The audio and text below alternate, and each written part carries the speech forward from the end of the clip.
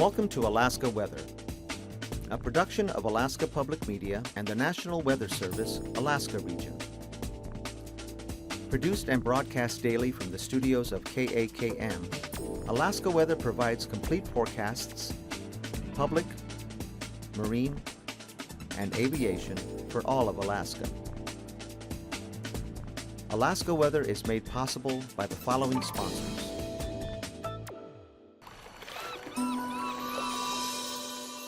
Sometimes the best way to find a living is to stay right where you are and study with UAS online.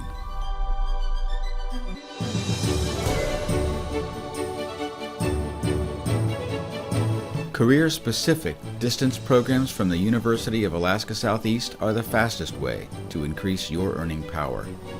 We connect all over the world.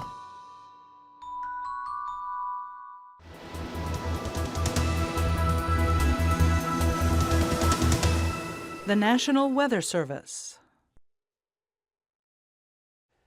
Good Tuesday, everyone. I'm meteorologist Dave Snider. On this 3rd of May, as always, we encourage you to stay up to date with your local weather information at weather.gov/Alaska or call us on the weather info line at 800-472-0391. You can find us on Facebook, NWS Alaska, or NWS Alaska on Twitter. AKwx is the hashtag to use there, and AKwx TV on YouTube will get your full broadcast where you can watch me or anybody else on the TV desk team give you your entire show. If you'd like to watch me without my jacket, you could do that over and over and over again.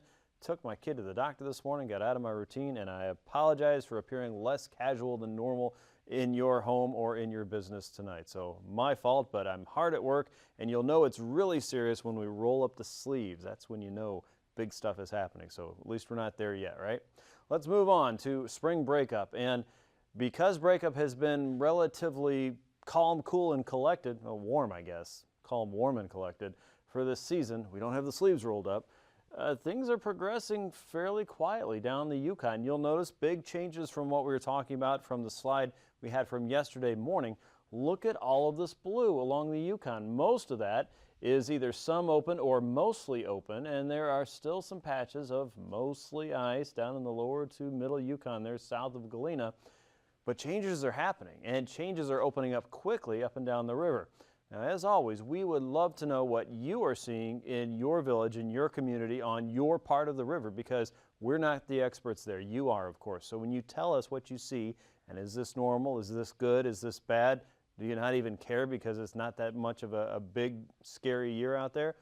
That helps. That helps everybody, especially folks downstream from you. Now, you'll notice up around Kotzebue and into the Kotzebue Sound region, certainly northward in the North Slope, we're still talking about cold weather. We're still looking at frozen rivers there, and your reports there are crucial too. If you're flying over it and see that it's still iced up, that's important information. If you fly over and see that it's opening up, that's even more important information. So let us know what you see. You know what's normal where you are in your part of Alaska, so let us know. You can do that any way you like on Facebook, NWS Alaska, on Twitter, at NWS APRFC, which of course is short for Alaska Pacific River Forecast Center. The phone still works, 800-847-1739. Find us on email, nws.ar.aprfc@noaa.gov, and of course online you can see the image I just shared with you or any other forecasting information from our friends at the River Forecast Center at weather.gov/aprfc. So a lot of ways to get all that very important and critical information. Now, speaking of rivers, rivers are probably going to come up across northern parts of the Gulf in the next couple days. Why? Well, we have a huge surge of moisture lifting northward, it looks like, and something to keep an eye on. Not something for today, but certainly something that the weather pattern is going to encourage as we head into Thursday and Friday. For today, the visible satellite picture is just a beauty. We have area of low pressure here across the western Gulf, slinging more clouds right over the Alaska Peninsula, probably some showers with that. But the more active weather, once again, is right on the lower to middle and even the upper Yukon Valley, where thunder and lightning has been spotted. And we'll continue to track that throughout the afternoon hours. Most of that just your garden variety kind of weather, but something that usually seems to fire up a little bit later in the season. So it's always a good time to be fire wise. And with the strikes seen on sensors across Alaska again today. It's never too soon to prepare your community and your home and your property for fire danger. Of course, you want to move brush away from your home. You want to move the log pile away from your home. And you want to make sure you've got some defensible space there, because things can change pretty quickly in wildfire conditions there. And it's never too soon to prepare for this season's weather. Make sure you have a plan with your family and your village, and make sure that you know what you're going to grab when you're told you have to leave if things really get that bad. So think about it, rehearse it, practice it, write it down, do whatever you need to do to make sure that you're ready to go, because this season certainly could be a tricky one, and hopefully not as bad as last season for many of us. For Southeast, a look at things clearing up there. Not as much rain today on the visible satellite picture and across the northern Gulf. Some patchy clouds there, but still a focus for some light rain up and down Resurrection Bay and into Prince William Sound. A lot of that breaking up as it moves over the Kenai Peninsula, and then you can see it flaring up as it runs into the heat of the day across the Yukon Valley and the Kuskokwim Valley for that matter as well. Let's look at the infrared satellite picture. That'll give us a better view of North Slope, and you'll see a lot of low clouds here, a lot of cold air still lingering, and maybe even enough disturbed weather up across the eastern Beaufort Seacoast for at least a little bit of snow. It looks like some of that was reported on the observation there. Probably not a great deal, but if I'm wrong, let me know.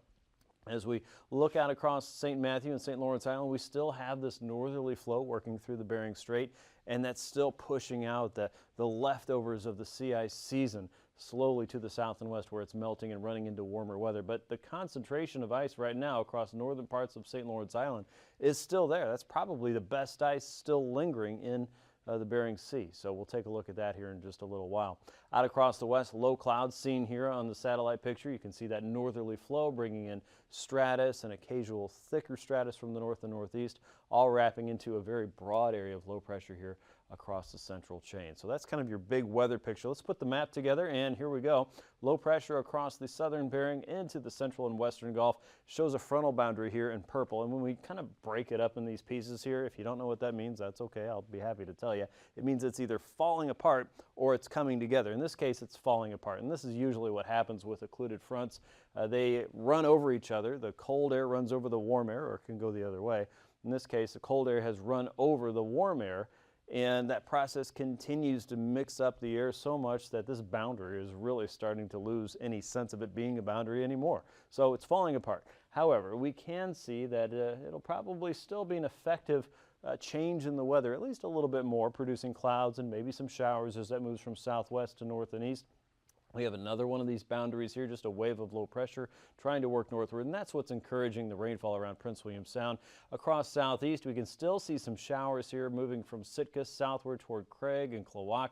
Doesn't look like that was terribly widespread, as conditions will be drying up today and again tomorrow, but some big changes from the next big thing in town a little bit further south on the map. The showers and thunderstorms this afternoon and this evening across the Yukon will probably fall apart quickly and just become more showery in nature, as you would expect. The days aren't quite long enough to support some all-night storms tonight.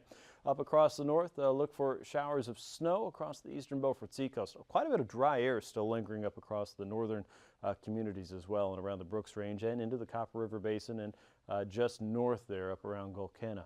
Out across the west coast, watch for a better chance for showers and some pop-up storms from Bristol Bay to the Alaska Peninsula northward. And generally speaking, this would be from about King Salmon and Dillingham northward, so probably not our communities around Cold Bay or False Pass today, or tomorrow for that matter. Widely scattered storms may pop up again up and down the Yukon Valley, generally north of the Tanana Valley, but Fairbanks picked up a decent dose of rain today as a result of one of those showers, about 4/10 or so it can happen to you.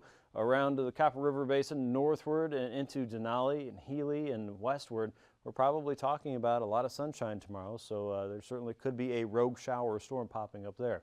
Now, keep your eye open on this the wave of warmer air across the north. Some of you probably can't see what I'm pointing at. It might just be off your screen, but I guarantee this is going to surge northward very quickly as we get into Thursday.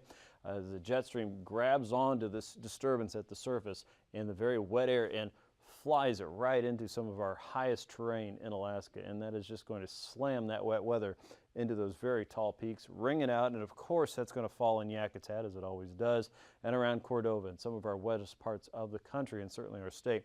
In northern parts of southeast, we expect to see some occasional rainfall, but it will be considerably heavier the further west you go to about Cordova. So watch for that to change around Kodiak Island and northward into the Seward, into the Kenai Peninsula, I should say.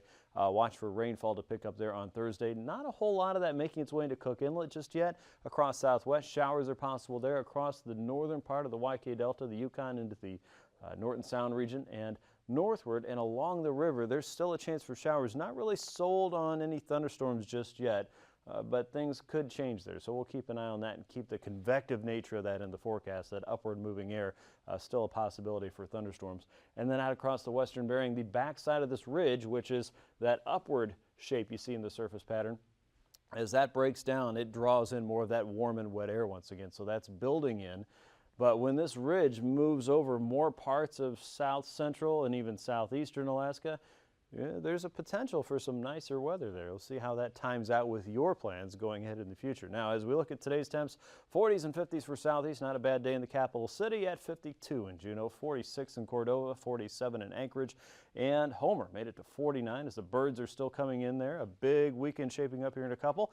Mid-40s around Valdez, 46 in Cordova, as I said, 53 in Kenai, 48 for Cantwell, 51 degrees around Healy and Denali, 53 even with rain in Fairbanks, not bad, 43 in Eagle, 54 in Northway. For Yukon, one of the hot spot honors today, 59 degrees was the maximum, 57 at 3 o'clock, 26 around Barrow, 31 in Kaktovik. Kotzebue saw 31.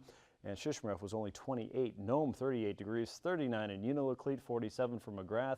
Galena right on the button at 50 degrees at 3 o'clock, 47 in Bethel, 36 for Nunivak Island. Bristol Bay temperatures were hovering in the upper 40s and low 50s today. Most of the Alaska Peninsula from Sandpoint westward saw highs in the lower 50s, or lower 40s, I should say, today.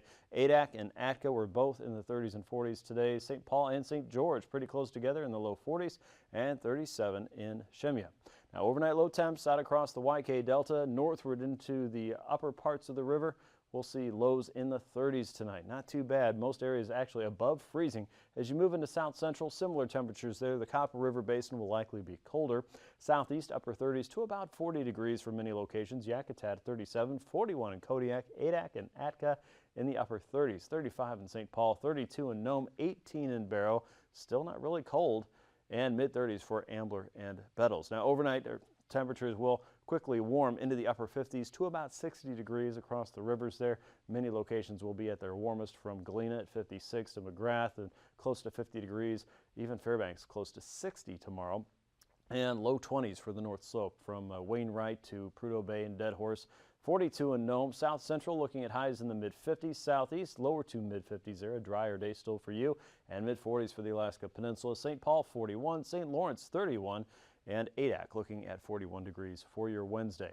Flying weather shows IFR conditions holding tight across most of the North Slope from the coast all the way up to the Brooks Range summits, down through the Bering Strait, St. Lawrence Island and St. Matthew Island in the northern parts of the Seward Peninsula in the morning. Watch the changes here in the afternoon. A little bit of improvement for the eastern Beaufort Seacoast. Not a lot of improvement, though, through the Bering Strait communities and north of St. Paul. Watch for convection across the middle Yukon Valley tomorrow, with MVFR moving away from southeast and focusing on parts of the Kenai Peninsula and around the Barren Islands. Pass conditions looking pretty good for Anaktuvik and Adigan Pass tomorrow. It also looks like Lake Clark and Merrill Pass will hold on to MVFR. Rainy Pass, VFR conditions tomorrow. Same goes for Windy Pass, Isabel Pass, and also Mentasta Pass. We expect to see visual flight rule throughout your Wednesday. Tanita Pass calling VFR. Portage Pass looks to be MVFR, mainly on the eastern side, of course, and Chilkoot and White Pass, VFR conditions there. The warm air loft is still building in. You can still see this large area, this ridge of heat sitting across the Yukon Valley around 4,000 feet. And you go into the Yukon and Northwest Territories, it's even higher, 6,000 to 8,000 feet. Fort Laird yesterday in Alberta hit 91 degrees, I believe. A very toasty temperature already this season. Icing potential shows light to isolated moderate across the north and eastern Gulf. They're wrapping into parts of southeast and generally above 6,000 feet, though. Above 4,000 feet north of Eagle and into northern parts of Yukon. And then out of the Gulf of Vanity or through the Pribilofs above 4,000 feet. Most of that light potential there for icing. As we look at the jet stream, pretty active pattern. Every time you get a bump in the jet stream, that is a zone of low pressure or a change in the weather. And we have 1, 2, 3 bumps across the North Pacific and the Gulf of Alaska. This next one, this surge of southwesterly moving air, is going to grab a hold of some very wet and warm air and shove that northward into the Gulf. So that's our next big weather maker coming in. At 9,000 feet, you can see a general south and westerly flow for the Gulf. Winds are pretty much unchanged across the interior for tomorrow as they were yesterday. Light from the south, about 10 to 15. A gentle northeasterly flow working in across the Beaufort Seacoast, and northerlies across the central and western Bering. At 3,000 feet, winds are still fairly light here, 5 to 10 knots at best. Gentle southwest wind wrapping in on the western side of a ridge of high pressure extending into the western U.S. That's around 10 to 25, and northerlies again for the Bering Sea, and light southerlies for the west coast, about 5 to 10 there. Turbulence potential is pretty limited. We're looking at winds generally in the northern Gulf below 4,000 feet through Portage Pass and northern parts of Cook Inlet below 4,000 feet, and also just west of the Barren Islands over the Lake Iliamna region above 4,000 feet and below, and also across the central to western chain tomorrow. That, at best, isolated moderate. That's a look at your aviation forecast. I'll be back with your marine weather here in just a few minutes. Stay with us.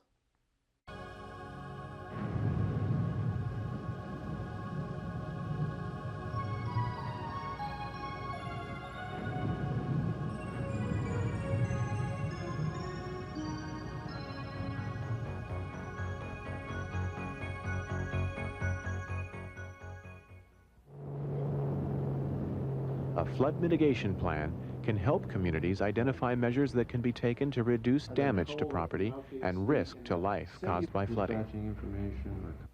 Well, this is an anchor for the boardwalks. We got an anchor about every 20 feet on both sides.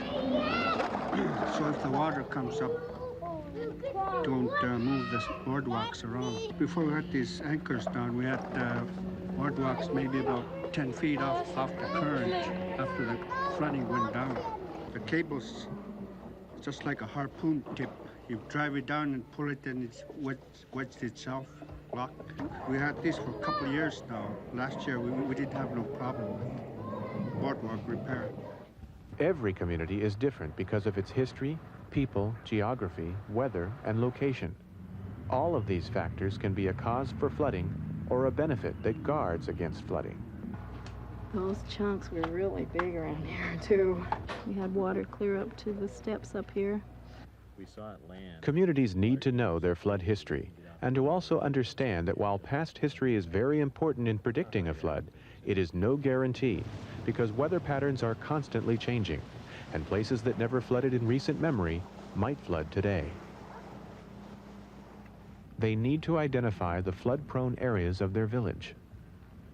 With this knowledge, good decisions about site locations for new buildings or moving old buildings can be made. You were here when it flooded so bad you were up to that marker. Has anybody talked about moving the post office? I wouldn't mind if it's moved. I think this is a bad place for it with flood every year. It doesn't always come up, but I think it would be better if it was up in a higher place. 89 we had a flood. This was what happened during the flood. It was a good spot down here. I wasn't worried about any flood. I didn't think we would have it. Built my house back in a little higher ground where this is now. You think you'll have problems with flooding in your new house? I don't think so. I hope not. It's a little higher than where this one is. It's pretty sad to lose your house, but can't do anything about it, I guess.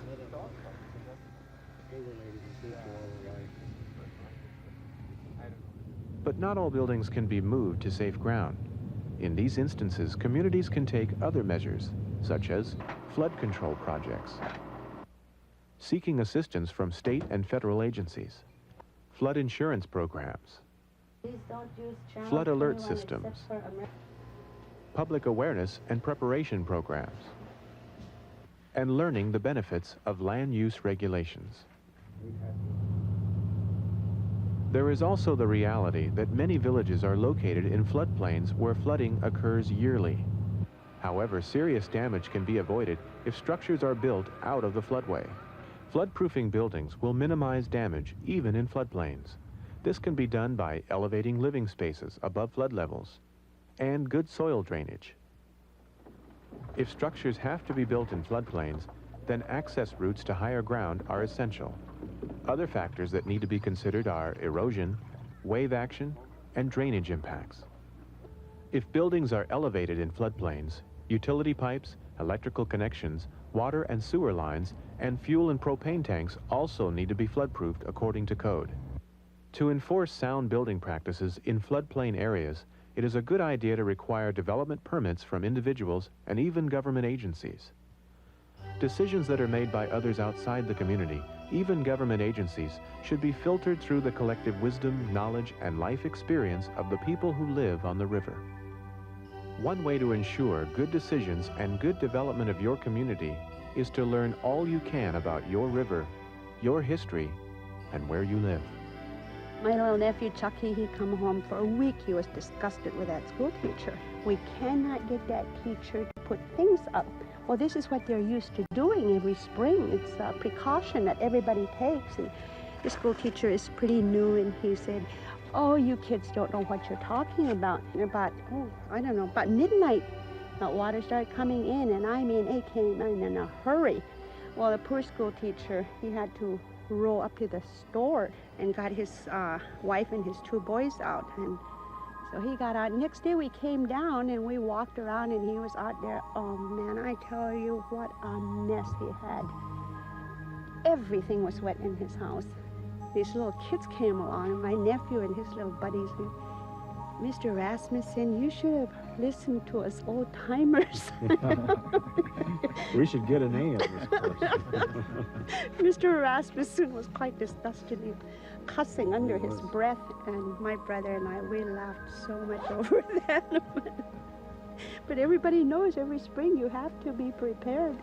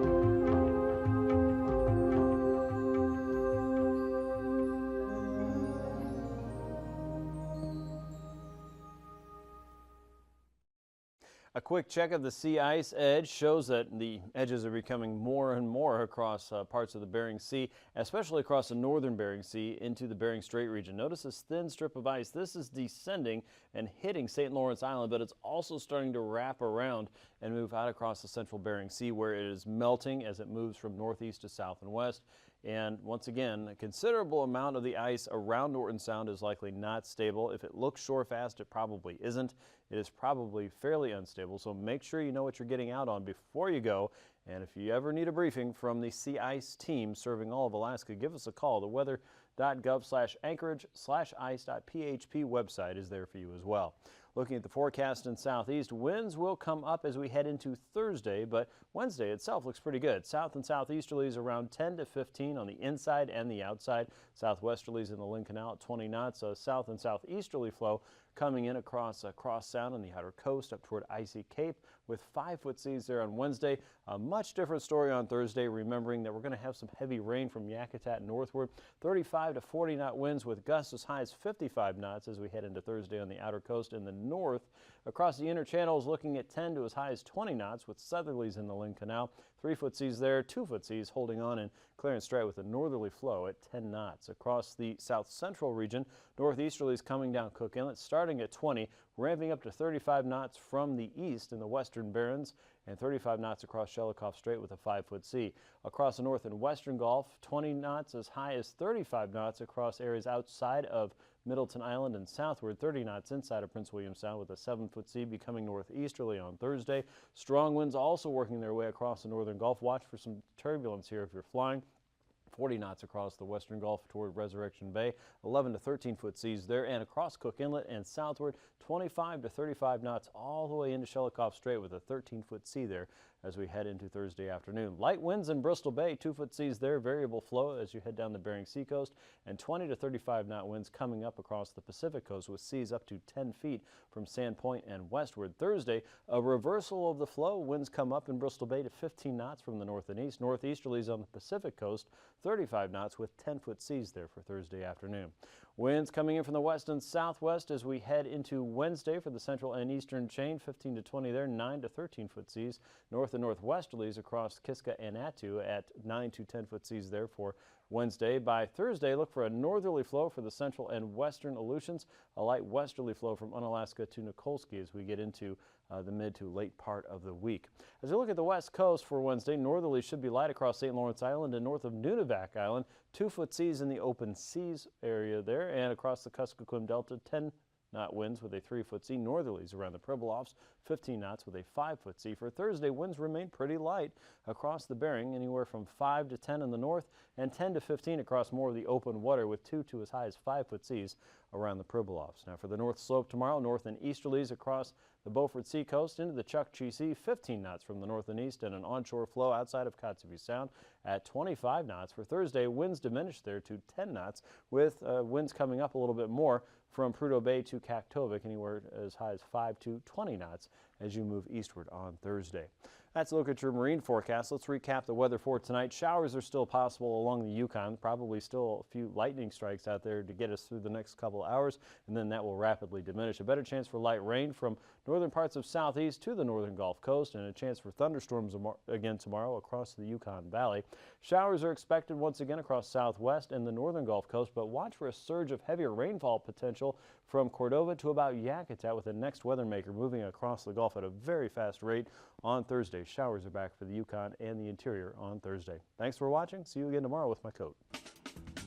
These forecasts are to be used for planning purposes only. Call 1-800-WX-BRIEF for a formal pre-flight briefing. Always file a flight plan before you go flying. The U.S. Coast Guard Auxiliary urges you to leave a float plan with a friend or the harbor master before you go boating. Alaska Weather is made possible by the following sponsors.